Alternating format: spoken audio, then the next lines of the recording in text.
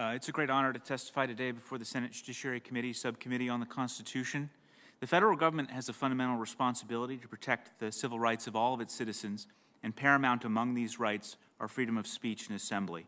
I hope my testimony today will correct some fundamental misunderstandings regarding the nature of the movement known as Antifa, which seeks to deprive Americans of these rights. Antifa is an anarcho-communist movement whose goal is to use physical violence and intimidation to terrorize American citizens, to disengage them from the political process. While they do this under the cover of anti-fascism, the reality is that Antifa defines the entire American political system, regardless of party affiliation, as fascism.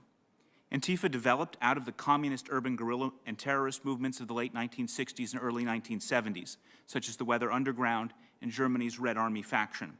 As a result, it possesses operational experience developed over more than half a century of radical left-wing organizing and political violence.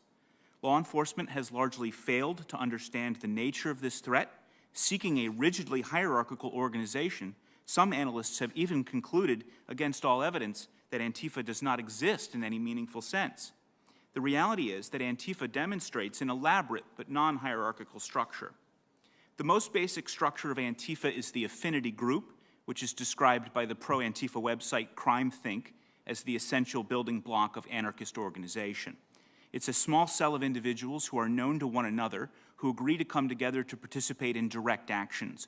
Those include sabotage, vandalism, and premeditated assault.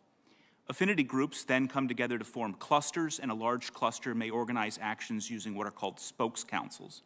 Antifa chapters form at the city level and join regional networks such as Torch Antifa, the largest Antifa network in the United States, as well as national and international networks. Antifa websites describe in detail how to organize affinity groups and chapters, how to vet potential members, prevent infiltration, and securely communicate.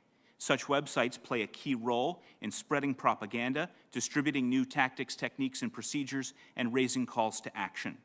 One example, the Antifa website It's Going Down distributes a Forming an Antifa Group manual.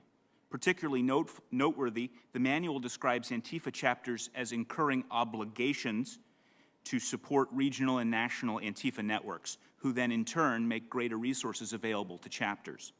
This support extends internationally, with many American Antifa groups linked to the International Antifa Defense Fund, which has provided financial support to Antifa in 22 different countries.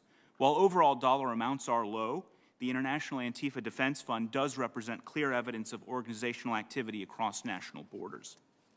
Antifa relies heavily on support organizations such as the Democratic Socialists of America, the International Workers of the World, Refuse Fascism, and the National Lawyers Guild, and in coordination with other protest organizations.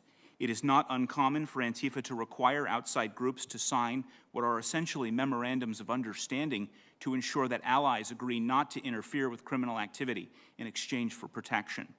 In terms of financing, remember that terrorism is a low-cost form of warfare. The entire 9/11 plot costs less than $500,000, and even by al-Qaeda standards, Antifa's low-intensity violence is extremely cost-efficient. They use a variety of methods to fundraise, including crowdfunding technology. The International Antifa Defense Fund has so far raised more than $53,000 via the crowdfunding website Fundraiser. While some of these crowdfunding companies are officially content neutral, others are explicitly ideological and only facilitate Antifa and similar projects.